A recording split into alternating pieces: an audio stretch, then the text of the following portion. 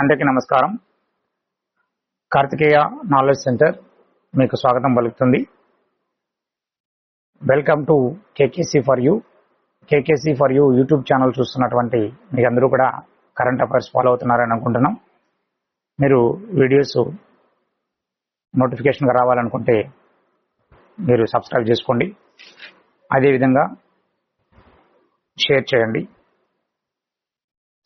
PDF download చేసుకుని డిస్క్రిప్షన్లో ఇచ్చినటువంటి ఫ్రీ పీడిఎఫ్ని డౌన్లోడ్ చేసుకుని ఫాలో అవ్వండి. సో బాగా ప్రిపేర్ అవుతున్నారని అనుకుంటున్నాను. Thank you.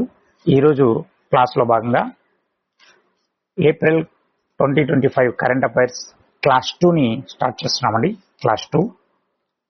Okay, look at page number 9. Page number 9 తీసుకోండి పీడిఎఫ్లో. జర్మనీ నూతన chancellor Friedrich Merz Germany chancellor. So Germany merge. Austria chancellor Christian స్టాకర్. చూడండి, ఆస్ట్రియాలో స్ట్రీ ఉంది. క్రిస్టి స్టాకర్. నెక్స్ట్, కెనడా నూతన ప్రధాని మార్క్ కార్నీ. కెనడా నూతన ప్రధాని మార్క్ కార్నీ. ఈజిప్ట్ అధ్యక్షుడు Abdul Fatah L CC. Egypt రాజధాని కైరో. మాండ్వి టు మస్కట్ పుస్తకం రాసింది ఎవరంటే మాండ్వి టు మస్కట్ అనే పుస్తకం ఒమన్లోని భారతీయుల చరిత్రపై రాసినటువంటి పుస్తకం ఇది. ఒమన్లోని భారతీయుల చరిత్రపై రాసిన పుస్తకం మాండ్వి టు మస్కట్. ఒమన్ రాజధాని మస్కట్లో ఎస్ జైశంకర్ ప్రజెంట్ భారత విదేశాంగ శాఖ మంత్రి గారు ఎస్ జైశంకర్ విడుదల చేశారు ఈ పుస్తకాన్ని. ఒమన్ విదేశాంగ మంత్రి బద్ర్ అల్ బుసైది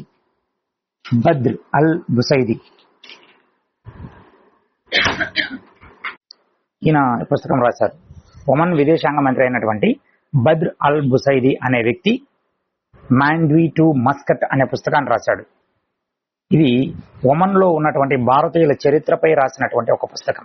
దీన్ని ఆవిష్కరించింది జయశంకర్ గారు, ఎస్ జయశంకర్. ఈయన భారత విదేశాంగ శాఖ మంత్రి. నెక్స్ట్, భారత్ బంగ్లాదేశ్ సరిహద్దు బలగాల మధ్య హాట్ లైన్ ఏర్పాటు. భారత్ బంగ్లాదేశ్ సరిహద్దు బలగాల మధ్య హాట్ లైన్ ఏర్పాటు. ఇండియా బంగ్లాదేశ్ల మధ్య 4096 కిలోమీటర్ల సరిహద్దు ఉంది. ఇక్కడ కంచి నిర్మాణం చేపట్టడం కోసం ఈ ప్రోగ్రాం తీసుకోవడం జరుగుతుంది. దీన్ని హాట్ లైన్ గా గుర్తించి ఇక్కడ కంచి నిర్మిస్తున్నారు. Next, page number 10. PM Kisan Samman Nidhi పథకం రైతులకు పెట్టుబడి సాయం కింద రైతు ఖాతాలకు సంవత్సరానికి 6,000 రూపాయల సాయం అందించడం కోసం ఏర్పాటు చేసిన పథకమే పిఎం కిసాన్ సమ్మాన్ నిధి. 3 విడతలుగా 2,000 అట్లా 3 విడతలుగా అందించడం జరుగుతుంది. 2019 ఫిబ్రవరి నుంచి ప్రారంభించింది కేంద్రం. ఇప్పటికీ 19 విడతలు అందించింది. 19 విడతలు. ఓకేనా? 1930 అంటే 38,000 రూపాయలు రైతుల ఖాతాలకు జమ చేయడం జరిగింది. నెక్స్ట్, ఊబకాయంపై అవగాహన కోసం 10 మంది ప్రచారకర్తలు నియమించినటువంటి కేంద్రం. ఊబకాయం, ఒబేసిటీ పైన అవగాహన కల్పించడం కోసం 10 మంది ప్రచారకర్తలు నియమించింది కేంద్రం. ఒబేసిటీపై ప్రజలకు అవగాహన కల్పించేందుకు నరేంద్ర మోడీ 10 మంది ప్రచారకర్తలుగా నామినేట్ చేశారు. వాళ్ళలో జమ్మూ కాశ్మీర్ సీఎం అయినటువంటి ఒమర్ అబ్దుల్లా. నెక్స్ట్, వ్యాపారవేత్త అయినటువంటి ఆనంద్ మహీంద్రా. మూడో వ్యక్తి actor Mohan Lal. Next, shooter Manu Bhaker. Next, Sudha Murty. ఈమె రాజ్యసభ ఎంపీ సుధామూర్తి. శ్రేయా ఘోషాల్, ఈమె సింగర్ శ్రేయా ఘోషాల్. ఇంకా కొంతమంది ఉన్నారు. వీళ్ళందరూ కూడా ప్రచారకర్తలు ఊబకాయం అవగాహన కోసం ఒబేసిటీ పైన. Next, page number 11. Vividhta ka Amrit Mahotsav 2024 నుంచి దీన్ని ప్రారంభించారు. వివిధతాక అమృత్ మహోత్సవ్ 2024 ఫస్ట్ ఎడిషన్ ప్రారంభించారు. ఇది ఈశాన్య భారతదేశం అనే ఒక థీమ్తో జరిగింది. 2025 సెకండ్ ఎడిషన్ ప్రారంభించారు. ఇది దక్షిణ భారతదేశం అనే థీమ్తో జరిగింది. ఏంటంటే 2025 కార్యక్రమం యొక్క ఉద్దేశం న్యూఢిల్లీలో రాష్ట్రపతి భవన్ అమృత్ ఉద్యాన్లో వివిధ అమృత్ మహోత్సవం అనేది నిర్వహించడం జరిగింది. దక్షిణ భారతదేశంలో ఉన్నటువంటి రాష్ట్రాలు ఆంధ్రప్రదేశ్, తెలంగాణ, కర్ణాటక, తమిళనాడు, కేరళ, లక్షద్వీపులు, పుదుచ్చేరి, ఇవన్నీ వీటి గొప్పతనం గురించి తెలియజేసే కార్యక్రమం. ఏపీ పెవిలియన్ను రాష్ట్రపతి భవన్లో ఏర్పాటు చేశారు. AP pavilion. ఏపీ నుంచి ఏటుకొప్పాక లక్క బొమ్మల స్టాల్ అనేది ఏర్పాటు చేయడం జరిగింది. వివితాక అమృత మహోత్సవంలో భాగంగా వివిధ రాష్ట్రాల నుంచి ప్రావీణ్యం పొందినటువంటివి లేదా ప్రాచుర్యం పొందినటువంటివి అంశాలను తీసుకొని వాటి స్టాల్స్ కానీ మోడల్స్ కానీ ఏర్పాటు చేసి ప్రదర్శించి వాటికి ప్రైజులు కూడా ఇవ్వడం జరుగుతుంది. 2024లో స్టార్ట్ చేశారు వివితాక అమృత మహోత్సవం అనేది. ఫస్ట్ ఎడిషన్ ఈశాన్య భారతదేశం అనే కాన్సెప్ట్, సెకండ్ ఎడిషన్ దక్షిణ భారతదేశం అనే కాన్సెప్ట్. ఈ 2025లో జరిగినటువంటి కార్యక్రమంలో ఏపీ పెవిలియన్ ఏర్పాటు చేయడం జరిగింది. దాంట్లో ఏటికొప్పాక లక్క బొమ్మల స్టాల్ కూడా ఏర్పాటు చేయడం జరిగింది. అంటే ఈ వివితాక అమృత మహోత్సవంలో మన సంస్కృతి సాంప్రదాయాలు, భారతదేశం యొక్క విశిష్టతలు, వీటి గురించి తెలియజేయడమే దీని యొక్క ఉద్దేశం. నెక్స్ట్, ఉత్తరాఖండ్లో 2 చోట్ల రోప్ వేస్ నిర్మించారు. రోప్ వేస్ అంటే మీకు తెలుసు, రోప్ ఉంటుంది, దానిలో ప్రయాణించడం, ఒక తొట్టెల మాదిరిగా ఏర్పాటు చేసి దాంట్లో కూర్చొని వెళ్తారు. సో ఎక్కువగా పర్యాటకులు ఇష్టపడతారు. ఉత్తరాఖండ్లో 2 చోట్ల ఏర్పాటు చేశారు. జాతీయ పర్వతమాల పరియోజన కార్యక్రమం కింద దీన్ని ఏర్పాటు చేశారు. జాతీయ పర్వతమాల పరియోజన కార్యక్రమం కింద ఏర్పాటు చేశారు. సోన్ ప్రయాగ్ నుంచి కేదార్నాథ్ వరకు 12.9 కిలోమీటర్లు దూరంలో మొదటి రోప్వే నిర్మించడం జరిగింది. నెక్స్ట్, గోవింద్ ఘాట్ నుంచి హేమ్కుండ్ సాహిబ్ వరకు 12.4 కిలోమీటర్లు రోప్వే నిర్మించడం జరిగింది. గోవింద్ ఘాట్ నుంచి ఉన్నటువంటి హేమ్కుండ్ సాహిబ్ అనేది ఇది యునెస్కో వారసత్వ ప్రదేశమైనటువంటి వ్యాలీ ఆఫ్ ఫ్లవర్స్ కు ప్రవేశ ద్వారంగా మారనుంది. వ్యాలీ ఆఫ్ ఫ్లవర్స్ కు వెళ్ళడానికి ఈ గోవింద్ ఘాట్ నుంచి హేమ్కుండ్ సాహిబ్ కు వెళ్ళేటువంటి మార్గము ఒక ప్రవేశ ద్వారంగా ఉంటుందన్నమాట. కాబట్టి ఇది మనం గుర్తుపెట్టుకోవాల్సింది. సో యునెస్కో వారసత్వం పొందినటువంటి వ్యాలీ ఆఫ్ ఫ్లవర్స్ ఎక్కడుంది? ఉత్తరాఖండ్లో ఉంది. సో దానికి దగ్గరలో ఉన్నటువంటి రోప్ వే ఇది. సో గోవింద్ ఘాట్ హేమ్కుండ్ సాహిబ్ సోన్ ప్రయాగ్ నుంచి కేదార్నాథ్ వరకు ఏర్పాటు చేసింది. 12.9 కిలోమీటర్ల పొడవైన rope way. Next, page number 12. 2028 కల్లా 3వ అతిపెద్ద ఆర్థిక వ్యవస్థగా భారత్ మారనుంది. 2028 కల్లా అంటే ఇంకొక 3 years లో. అమెరికా ఆర్థిక సేవల దిగ్గజం అయినటువంటి మోర్గాన్ స్టాన్లీ యొక్క అంచనా ప్రకారం 2025లో మనము 5వ స్థానంగా ఉన్నాం. ఆర్థిక వ్యవస్థలో 5వ ఆర్థిక వ్యవస్థ, బలమైన ఆర్థిక వ్యవస్థ. 1 America, 2 China, 3 Germany, 4 Japan, 5 India. ఓకేనా? 2025లో మనం 5వ స్థానంలో ఉన్నాం. 2026 కల్లా మనము జపాన్ అధిగమించి ఇండియా 4వ ప్లేస్కి వస్తుందని, 2028 కల్లా జర్మనీని కూడా అధిగమించి 3వ స్థానానికి వస్తామనేసి ఆర్థిక సేవల దిగ్గజమైనటువంటి మోర్గాన్ స్టాన్లీ గారు అంచనా వేస్తారు. స్టాన్లీ రిపోర్ట్ అంటుంది. వరల్డ్ జీడిపిలో ఇండియా యొక్క వాటా 3.5%. 2029 నాటికి 4.5% మనం వరల్డ్ జీడిపిలో మన వాటా 4.5% 2029కి చేరుకుంటుందని ఒక అంచనా. సో ఇప్పుడు మన ఆర్థిక వ్యవస్థ 5వ ఆర్థిక వ్యవస్థ. నెక్స్ట్ ఇయర్ కంతా మనము 4వ ప్లేస్కి వెళ్తాం. 28 కంతా మనం 3వ ప్లేస్కి వెళ్తాం. ఓకే. నెక్స్ట్, స్పేస్ ఎక్స్ సంస్థతో జియో ఎయిర్టెల్ సంస్థలు ఒప్పందం చేసుకున్నాయి. స్పేస్ ఎక్స్ అనేది అమెరికాకు చెందినటువంటి ఒక సంస్థ, ప్రైవేట్ సంస్థ. ఇది ఏం చేస్తుందంటే శాటిలైట్ ఇంటర్నెట్ సేవలు అందిస్తుంది. ఈ శాటిలైట్ ఇంటర్నెట్ సేవలు అందించడం కోసం జియో మరియు ఎయిర్టెల్ ఇవి రెండు కూడా స్పేస్ ఎక్స్ సంస్థతో ఒప్పందాలు కుదుర్చుకున్నాయి.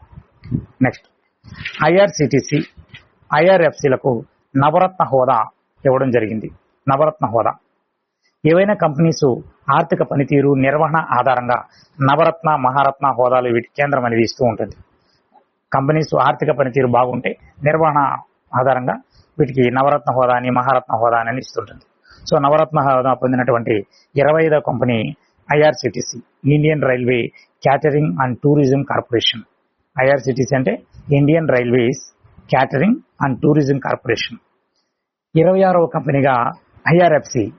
ఐఆర్ఎఫ్సి అంటే Indian Railway Finance Corporation. Indian Railway Finance Corporation, IRFC ఇవి రెండు కూడా నవరత్న హోదా పొందాయి. ఇలా బిట్టెట్ అడుగుతాడు అంటే ఇటీవల కాలంలో నవరత్న హోదా పొందినటువంటి కంపెనీలలో కింది వాని కానిది ఏది అని అడుగుతాడు. IRCTC, IRFC. ఓకే, గుర్తుపెట్టుకుంటే చాలు. Next page number 13. శక్తి యాప్. ఈ శక్తి యాప్ ఏంటిది చూద్దాం. ఏపీ రాష్ట్రంలో మహిళలు, చిన్నారులు యొక్క భద్రత కోసం, వాళ్ళ యొక్క రక్షణ కోసం పోలీస్ శాఖ కొత్తగా ఒక శక్తి యాప్ అనే ఒక యాప్ని రూపొందించింది. శక్తి యాప్ అనేది ఏపీ రాష్ట్రంలో ఉన్నటువంటి మహిళలు, చిన్నారులు భద్రత కోసం, వాళ్ళ రక్షణ కోసం పోలీస్ శాఖ ఏర్పాటు చేసినది శక్తి యాప్. శక్తి అని ఎవరిని అంటాం? మహిళలు అంటాం. సో మహాశక్తి, శక్తి, కాళికా శక్తి ఇట్లా అంటాం కదా. సో శక్తి అంటే మహిళల రక్షణ, చిన్నారుల రక్షణ అంటే బాలబాలికలు. నెక్స్ట్ చేనేత రథం పథకం. చేనేత రథం పథకం చేనేత ఉత్పత్తులకు మార్కెటింగ్ కల్పించేందుకు చేనేత రథం పథకం ప్రారంభించారు. చేనేత రథం పథకం చేనేత ఉత్పత్తులకు మార్కెటింగ్ కల్పించడానికి ప్రారంభించారు. నెక్స్ట్ స్వచ్ఛ ఆంధ్ర స్వచ్ఛ దివస్ కార్యక్రమం. స్వచ్ఛ ఆంధ్ర స్వచ్ఛ దివస్ కార్యక్రమం నెల్లూరు జిల్లాలో కందుకూరులో చంద్రబాబు నాయుడు గారు, ముఖ్యమంత్రి వర్యులు చంద్రబాబు నాయుడు గారు ప్రారంభించారు స్వచ్ఛ ఆంధ్ర స్వచ్ఛ దివస్ కార్యక్రమం. ప్రతి నెలలో 3వ శనివారం స్వచ్ఛాంధ్ర స్వచ్ఛ దివస్ కార్యక్రమం నిర్వహించాలని, రాష్ట్రంలో 50% పచ్చదనం పెంచడం లక్ష్యం కోసం ఈ కార్యక్రమం నెలకొల్పడం జరిగింది. స్వచ్ఛాంధ్ర స్వచ్ఛ దివస్ మెయిన్ కాన్సెప్ట్ ఏంటంటే 50% పచ్చదనం పెంచడం లక్ష్యం. నెల్లూరు జిల్లాలో కందుకూరులో సీఎం గారు దీన్ని ప్రారంభించారు. ప్రతి నెలలో 3వ శనివారం, వెరీ వెరీ ఇంపార్టెంట్ అండి, ప్రతి నెలలో 3వ శనివారం దీన్ని నిర్వహిస్తాం. నెక్స్ట్ అంతర్జాతీయ ఆలయాల సదస్సు ప్రదర్శన. అంతర్జాతీయ ఆలయాల సదస్సు ప్రదర్శన తిరుపతిలో జరిగింది. ఇది ఆంధ్రప్రదేశ్ ముఖ్యమంత్రి వర్యులు చంద్రబాబు నాయుడు గారు, మహారాష్ట్ర ముఖ్యమంత్రి వర్యులు దేవేంద్ర ఫడ్నవీస్, గోవా ముఖ్యమంత్రి వర్యులు ప్రమోద్ సావంత్, కేంద్ర మంత్రి శ్రీపాద యశో నాయక్ వీళ్ళు పాల్గొన్నారు. అంతర్జాతీయ ఆలయాల సదస్సు ప్రదర్శన అంటే తిరుపతి టిటిడి ల్యాండ్ తీసుకుని అక్కడ అంతర్జాతీయంగా ఉన్నటువంటి దాదాపు 108 దేవాలయాలు, హైందవ దేవాలయాలని మోడల్స్ని తయారు చేయాలనేది దీని కాన్సెప్ట్. సో దానిపైన ఆల్రెడీ 2014లో సీఎంగా గెలుపొందినప్పుడే ఆ గవర్నమెంట్లోనే నిర్ణయం తీసుకోవడం జరిగింది. సో కొన్ని కారణాల వల్ల అది డిలే అయింది. ఇప్పుడు మళ్ళీ ఇది తెరపైకి వస్తుంది. సో ఏపీ ముఖ్యమంత్రి, మహారాష్ట్ర ముఖ్యమంత్రి దేవేంద్ర ఫడ్నవీస్, గోవా ముఖ్యమంత్రి ప్రమోద్ సావంత్, కేంద్ర మంత్రి శ్రీపాద యశో నాయక్ వీళ్ళందరూ పాల్గొని దానిపై చర్చించడం జరగడం జరిగింది. నెక్స్ట్ విశాఖపట్నంలో దివ్యాంగుల జాతీయ క్రీడా కేంద్రం. 14వ పేజీ. విశాఖపట్నంలో దివ్యాంగుల జాతీయ క్రీడా కేంద్రం. ఏపీ విశాఖపట్నంలో 2వ జాతీయ దివ్యాంగుల క్రీడా కేంద్రాన్ని ఏర్పాటు చేయాలని సంకల్పించారు. 2వ జాతీయ దివ్యాంగుల క్రీడా కేంద్రం ఎక్కడుంది? విశాఖపట్నంలో ఏర్పాటు చేయబోతున్నారు. మరి మొదటిది ఎక్కడుందంటే మధ్యప్రదేశ్లోని గ్వాలియర్లో ఉంది. ఓకేనా, గ్వాలియర్ గుర్తుపెట్టుకోవాలి. పీడిఎఫ్లో నోట్ చేయకపోతే నోట్ చేసుకోండి. దేశంలో మొదటి జాతీయ దివ్యాంగుల క్రీడా కేంద్రం గ్వాలియర్లో ఉంది. గ్వాలియర్ మధ్యప్రదేశ్లో ఉంది. నెక్స్ట్ ఏపీ విశాఖపట్నంలో 2వది ఏర్పాటు చేయబోతున్నారు, దివ్యాంగులకి క్రీడా కేంద్రం అనమాట. నెక్స్ట్ రిషికొండ బీచ్ కి బ్లూ ఫ్లాగ్ గుర్తింపుని రద్దు చేశారు. రిషికొండ బీచ్ కి బ్లూ ఫ్లాగ్ గుర్తింపుని రద్దు చేశారు. ఏంటి బ్లూ ఫ్లాగ్ సర్టిఫికేట్ అంటే 1981లో డెన్మార్క్ లో ఉన్నటువంటి foundation for environmental education agency Denmark లో ఉంది. ఇది 1981లో ఇది ఏం చేస్తుందంటే ఏర్పడింది 1981 అయితే 1987 నుంచి ప్రపంచంలో ఏ బీచ్ లో అయితే శుభ్రత, నీటి నాణ్యత, భద్రత, పర్యావరణ పరిరక్షణ ఉంటుందో వాటికి బ్లూ ఫ్లాగ్ సర్టిఫికేట్ ఇస్తుందన్నమాట. 1987 నుంచి ఈ డెన్మార్క్ సంబంధించినటువంటి ఫౌండేషన్ సర్టిఫికేట్ ఇస్తుంది. ఏ అంశాలు దృష్టిలో పెట్టుకుంటుంది? శుభ్రత, బీచ్ లో శుభ్రత, నాణ్యత, నీటి నాణ్యత, భద్రత, పర్యావరణ పరిరక్షణ, వీటిని ఉద్దేశించి 1987లో స్పెయిన్ తొలి బ్లూ ఫ్లాగ్ పొందిందనమాట. 1987లో స్పెయిన్ దేశం తొలి బ్లూ ఫ్లాగ్ పొందిందనమాట. సో ఈ బ్లూ ఫ్లాగ్ ఇండియా నుంచి బ్లూ ఫ్లాగ్ సర్టిఫికేట్ పొందినటువంటి తొలి బీచ్ ఏదంటే చంద్రబాగ్ బీచ్, ఒడిశాలో ఉన్నటువంటి కోణార్క్ తీరం చంద్రబాగ్ బీచ్ తొలి బ్లూ ఫ్లాగ్ సర్టిఫికేట్ పొందింది. ప్రస్తుతం ఒడిశాలో ఉన్నటువంటి గోల్డెన్ బీచ్, గుజరాత్ లో ఉన్నటువంటి శివరాజ్పూర్ బీచ్, కేరళలో ఉన్నటువంటి కప్పడ్ బీచ్, అదేవిధంగా కేరళలో ఉన్నటువంటి దయోని గోమ్లా బీచ్, కర్ణాటకలో ఉన్నటువంటి కాసర్కోడ్ పడుబిద్రి బీచ్, తమిళనాడులో ఉన్నటువంటి కోవలం బీచ్, పుదుచ్చేరిలో ఉన్నటువంటి ఈడెన్ బీచ్, అండమాన్ లో ఉన్నటువంటి రాధానగర్ బీచ్, ఇవన్నీ కూడా బ్లూ ఫ్లాగ్ సర్టిఫికేట్ పొందాయి. ఒడిశాలో గోల్డెన్ బీచ్, గుజరాత్ లో శివరాజ్పూర్ బీచ్, కేరళలో కప్పడ్ బీచ్, కేరళలో దయోని గోమ్లా బీచ్, కర్ణాటకలో కాసర్కోడ్ పడుబిద్రి బీచ్, తమిళనాడులో కోవలం బీచ్, పుదుచ్చేరిలో ఈడెన్ బీచ్, అండమాన్ లో రాధానగర్ బీచ్, ఏపీ నుంచి Rishikonda beach blue flag certificate ను దీన్ని తొలగించడం జరిగింది. కారణం ఇక్కడ నిర్వహణ అనేది, శుభ్రత అనేది సరిగా లేదనే ఉద్దేశంతో ఈ ఫౌండేషన్ బ్లూ ఫ్లాగ్ సర్టిఫికేట్ ని తొలగించింది. దీనివల్ల నష్టం ఏంటంటే అక్కడికి ప్రపంచ పర్యాటకుల సంఖ్య తగ్గుతుంది. నెక్స్ట్ విద్యా నైపుణ్యాలు పెంచేందుకు సింగానియా ట్రస్ట్ తో ఒప్పందం కుదుర్చుకున్నారు. వెరీ వెరీ ఇంపార్టెంట్ అండి. విద్యా నైపుణ్యాలు మన ఎడ్యుకేషన్ డిపార్ట్మెంట్ సంబంధించింది కాబట్టి మాకు తెలుసుకోవాలి. సింగానియా ట్రస్ట్, ఈ సింగానియా ట్రస్ట్ తో మన ఏపీ గవర్నమెంట్ ఎడ్యుకేషన్ శాఖ సులోచనాదేవి సింగానియా ట్రస్ట్ ఈ రెండింటి మధ్య ఒక ఒప్పందం జరిగింది. ఉపాధ్యాయుల యొక్క పనితీరు, శిక్షణ, ఆంగ్ల భాష శిక్షణ, NEP 2020తో సమాంతరంగా సాంకేతికత అనుసంధానం, ఉపాధ్యాయుల యొక్క పనితీరు, శిక్షణ, ఆంగ్ల భాష శిక్షణ, NEP 2020తో సమాంతరంగా సాంకేతిక అనుసంధానం కోసం ఈ సింగానియా ట్రస్ట్ తో ఒప్పందం చేసుకోవడం జరిగింది. తొలుత తిరుపతి జిల్లాలో 14 స్కూళ్లలో దీన్ని ఏర్పాటు చేయబోతున్నారు. తర్వాత అమరావతి, విశాఖ, కాకినాడ ఈ 3 ప్రాంతాల్లో విస్తరించబోతున్నారు. అమరావతి, విశాఖ, కాకినాడ. ఫస్ట్ తిరుపతి జిల్లాలో 14 స్కూల్ తీసుకుంటారు. వెతికిన మళ్ళీ అమరావతి, విశాఖ, కాకినాడలో దీన్ని విస్తరిస్తారు. 5 years లో 1,00,000 మంది పిల్లలకి మెరుగైన విద్య ఏర్పాటు చేయడం కోసం ఈ సింగానియా ట్రస్ట్ తో మన ఏపీ విద్యాశాఖ ఒప్పందం కుదుర్చుకుంది.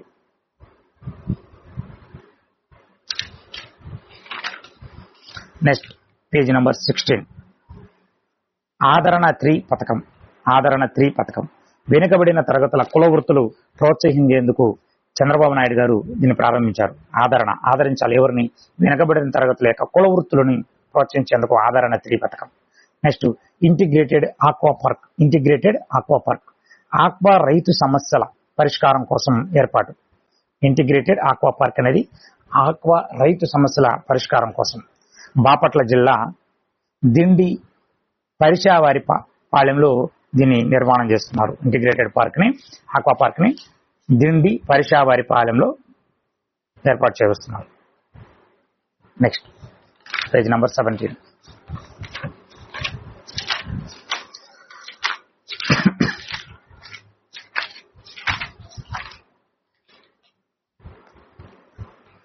మహిళల ఆర్థిక స్వావలంబన ర్యాంకింగ్స్.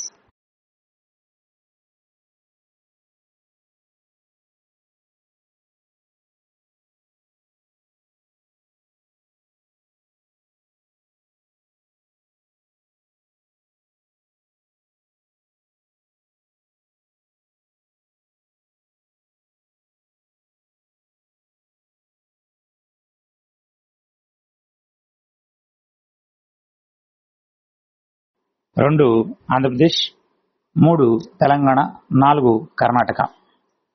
మహిళలు ఆర్థికంగా ఎక్కడ వృద్ధి చెందారు అనే కాన్సెప్ట్ పైన విడుదల చేసినటువంటి ర్యాంకింగ్ ఇది.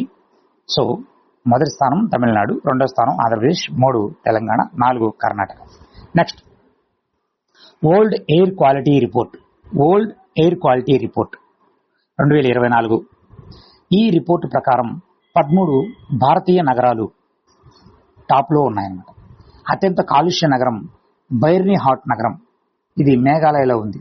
బైర్నీ హాట్ నగరం అత్యంత కాలుష్య నగరం. రెండవ నగరం ఢిల్లీ, అత్యంత కాలుష్యమైన రెండవ నగరం ఏది? ఢిల్లీ. ప్రపంచంలో అత్యంత కలుషిత రాజధాని నగరం ఢిల్లీ, కలుషిత రాజధాని నగరం ఢిల్లీ. ప్రపంచంలో అత్యంత కలుషిత దేశం చాద్ దేశం.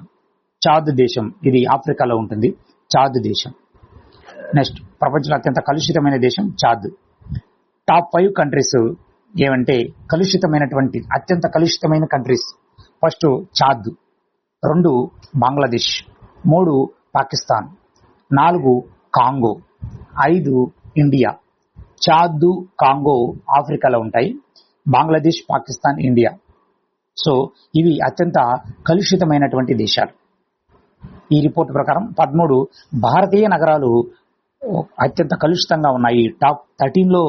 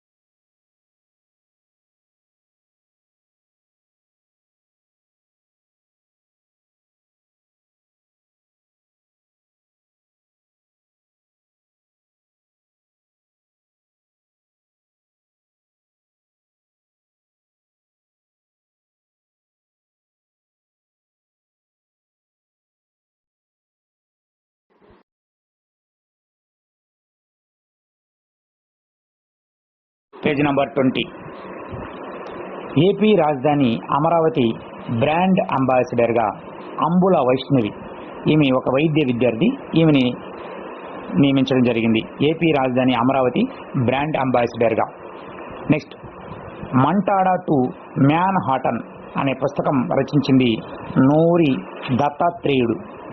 దత్తాత్రేయుడు గారు. ఈయన ప్రముఖ క్యాన్సర్ వైద్యులు. ఈయన మంటాడా టు మ్యాన్ హాటన్ అనే పుస్తకాన్ని రచించడం జరిగింది.